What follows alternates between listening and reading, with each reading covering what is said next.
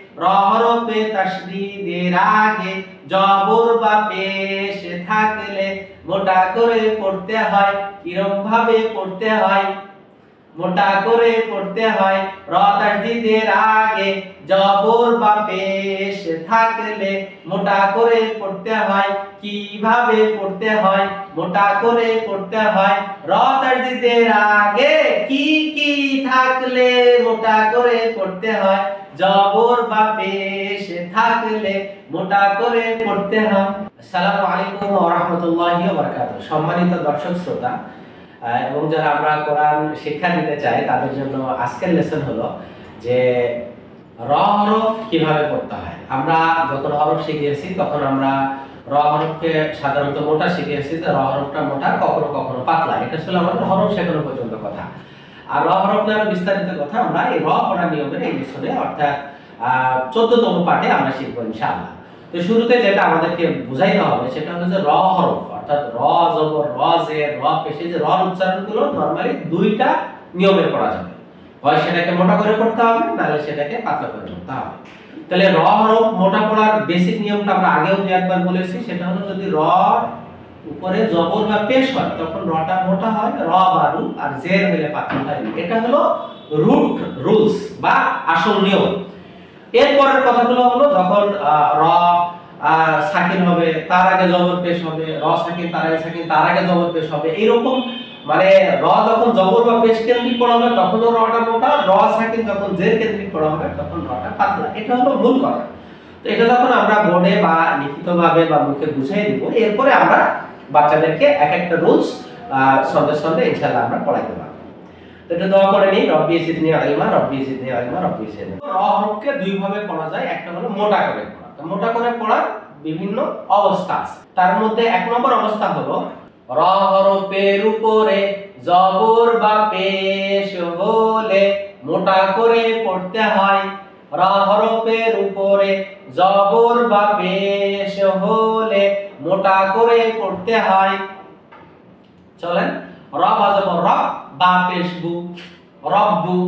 তাহলে এখানে মোটা হলো র, রব্বু। আমি যদি বলতাম রাব্বু, রাব্বু, তাহলে কি হয়ে যেত? পাতলা হতো। রাব্বু হলো পাতলা, আর রব্বু হলো র, র, রব্বু হলো মোটা। র পেশ রু, সিন পেশ সু, রুসু, লাম পেশ লু, রুসুলু, রুসুলু, রুসুলু। হ্যাঁ। কাফ জবর কা, সায়া জের সি, কাসি, র দুই জবর রন, কাসিরন। তাহলে এই যে র হরফের উপরে দুই জবর দুই পেশ থাকলে মোটা করে পড়তে হয়। তাহলে র হরফের উপরে এক জবর থাক আর দুই জবর থাক, এক পেশ থাক আর দুই পেশ থাক, তখন কি হবে? রটা মোটা হবে। তাহলে কাফ জবর কা, সায়া যাচ্ছে কাসি, র দুই জবর রন, কাসিরন। আমরা বলবো না কাসিরাম, রাম বলবো না, কি বলবো? রন বলবো। শিন জবর শা, কাফে পেশ কু, শাকু, র দুই পেশ রুন, শাকুরুন, শাকুরুন। ওকে, শাকুরুন। তিন নম্বর অবস্থা হলো, তাহলে এক আর দুই আমরা শিখলাম, জবর দুই জবর, পেশ দুই পেশ হইলে কি হবে? রটা মোটা। তৃতীয় অবস্থা হলো র হরফে সাকিন, তার আগে জবর বা পেশ হলে রটা মোটা হবে। অর্থাৎ র যখন সাকিন হবে তখন তাকে কেউ না কেউ হেল্প করবে। তাহলে তাকে যদি জবর বা পেশ হেল্প করে র সাকিনকে, তখন ওই হেল্প করার উচ্চারণটা আল কুরআন, আলিফ লাম জবর আল, কফ রা পেশ কুর, হামজা খারা জবর আন, পেশ কুর, আল কুরআন। আল কুর, কুর বলা যাবে না, কুর, কুর না, কুর, কুর, হ্যাঁ মোটা, কুর। যখন পেটযুক্ত উচ্চারণ ঠোঁটগোল করা যায়। আল কুরআন, আল কুরআন। ওকে। আলিফ র জবর আর, আর মোটা। আমি যদি বলতাম আর, আর, আর সাল না, আর, আর সাল, আর, আর সাল না। নুন আলিফ জবর। আমরা অবশ্যই বাচ্চাদের কঠিন হলে বারণ করে দেব। এক দুইবার বারণ করবে, এরপরে প্র্যাকটিস করাইতে হবে, উচ্চারণ প্র্যাকটিস করাবো ইনশাআল্লাহ। আর সালনা, তার পেশ তুর, তুর বলবো না, তুর, তুর না, তুর, তুর। জিম জবর জা, আইন পেশ উ, জাউ, নুন জবর না, তুর জাউনা, তুর জাউনা। তারপরে শেষেরটা তুর হা মুনা, তুর হামুনা। ওকে, এবার আমরা আবার চারটা একবারে পড়াবো। আল কুরআন, বলুন আল কুরআন, আরসালনা, তুরজাউনা, তুরহামুনা। এবার বাচ্চাদের পড়তে দেন, 3-4 বার 5 বার পড়তে দেন, লাগলে একটা একটা শুনেন সবার থেকে, বা চারটেই শুনেন। অল্প স্টুডেন্ট হলে 2-5-10 জন হলে সবার থেকে 4টা শুনেন, দেন আমরা চতুর্থ অবস্থায় যাব। র হরফে তাসদীদের আগে, মানে র হরফে তাসদীদ আছে তার আগে, তাসদীদ কি কেউ হেল্প করছে, সেই হেল্পকারী যদি জবর বা পেশ হলে, র হরফে তাসদীদের আগে জবর বা পেশ থাকলে মোটা করে পড়তে হয়। কিরম ভাবে পড়তে হয়? মোটা করে পড়তে হয়।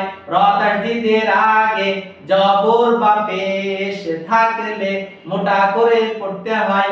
কিভাবে পড়তে হয়? মোটা করে পড়তে হয়। র তাসদীদের আগে কি কি থাকলে মোটা করে পড়তে হয়?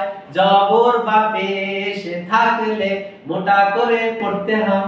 এভাবে আমরা একটু ক্লাসটাকে একটু মজা নিই, যাতে করে বাচ্চারা সহজে বিষয়টা মাথায় ঢুকিয়ে দেয়। তাহলে মিম রা জবর মার, এই যে মার ছিল মার, তাই না? র তাসদীদ, তাহলে জবর হেল্প করো, মিমের জবর মার।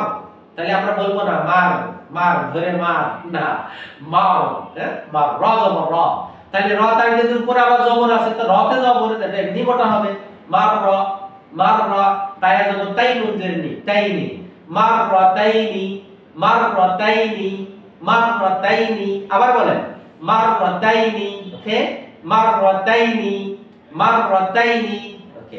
ইয়া জবর ইয়া, দত র পেশ দূর, ইয়াদুর র পেশ রু, ইয়াদুর রু হা মিম পেশ হুম, ইয়াদুর দুর রু, দুর রু। দেখেন রতে হেল্প করলো পেশ, আবার রতে আছে পেশ, দুটাই মোটা।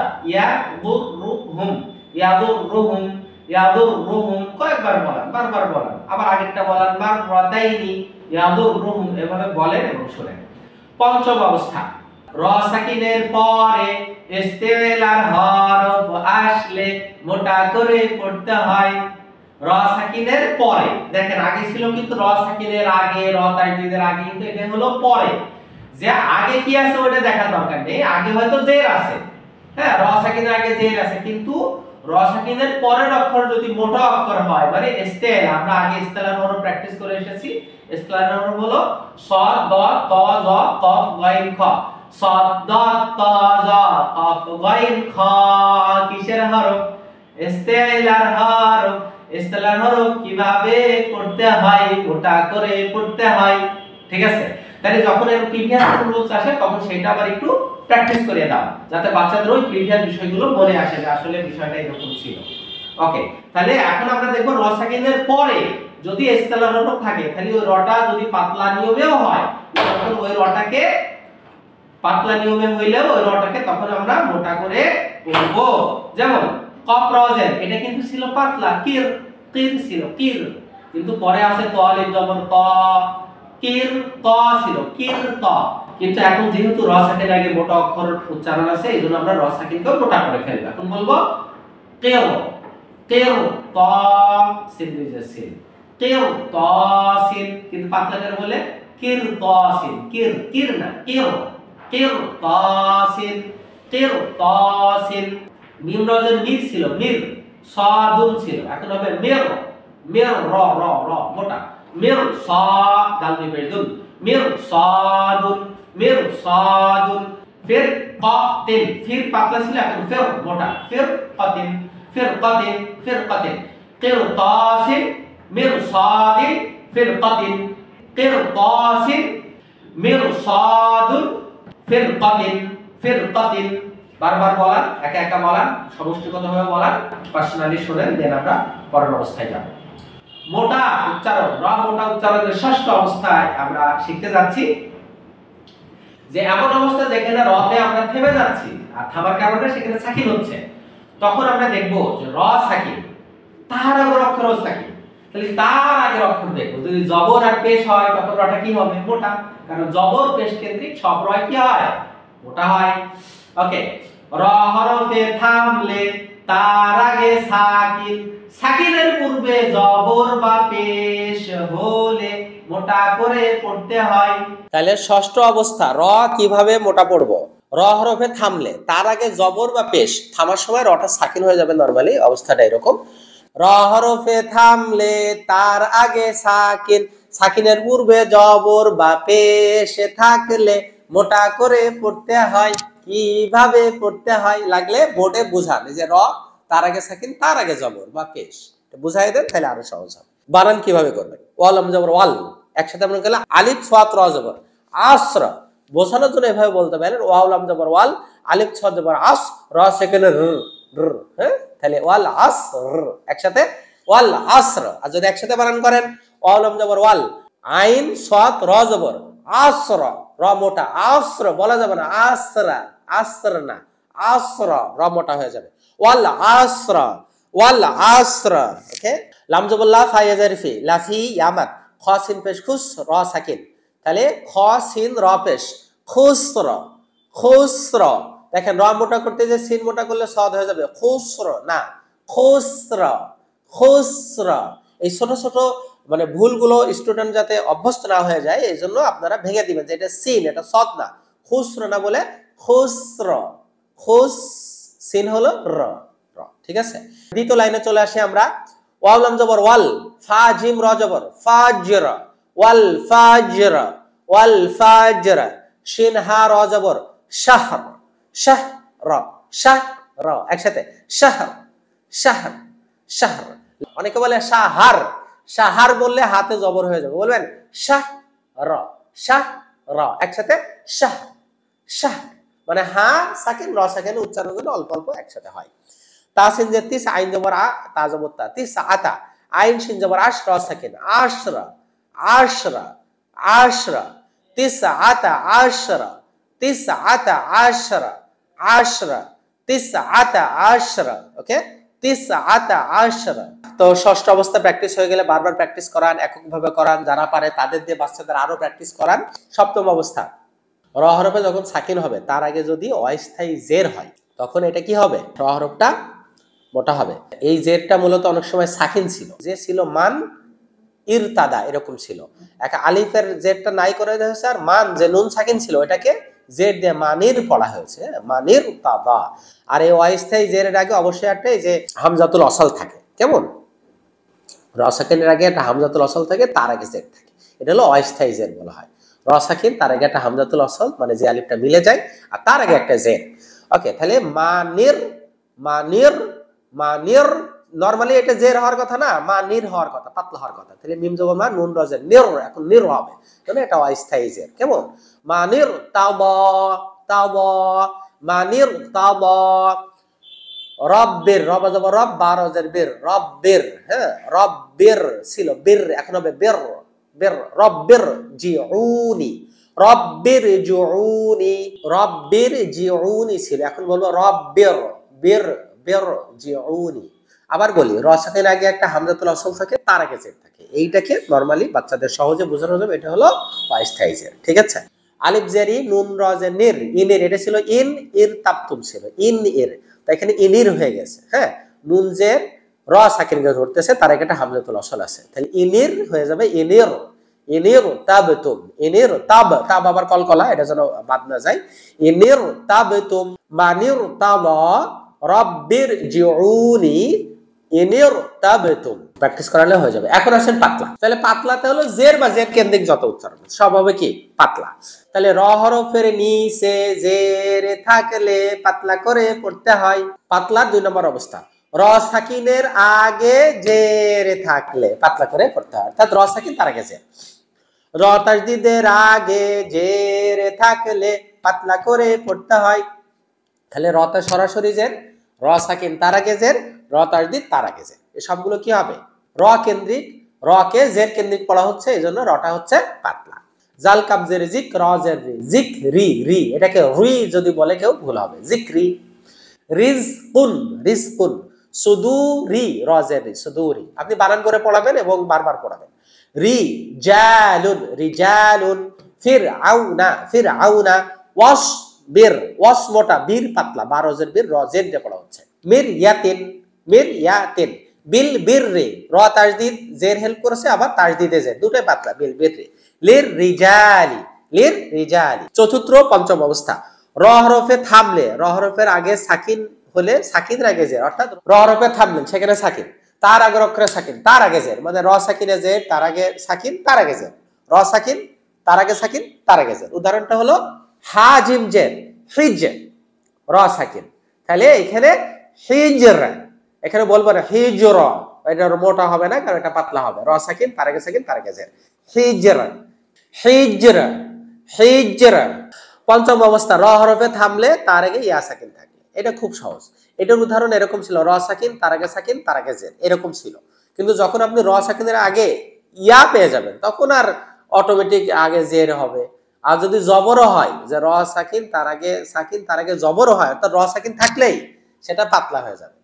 এখানে আরো এক্সপ্লেন করা যায় যে র সাকিন, তার আগে সাকিন, তার আগে জের, এটা তো নিয়ম অনুযায়ী পাতলা, ঠিক আছে। কিন্তু র সাকিন, তার আগে ইয়া সাকিন, তার আগে জবর হলেও কেন র পাতলা? আরেকটা নিয়ম ছিল যেটা আমরা সংক্ষেপ করেছি, সেটা হলো থামার সময় র সাকিনের আগে ইয়ালিন হলে সেই রটা পাতলা হয়। সেটা আমরা হাইড করে একবারে বলে দিয়েছি, র সাকিনের আগে ইয়া সাকিন হলে তার আগে জের হোক আর জবর হোক, সেটা পাতলা হবে, ঠিক আছে।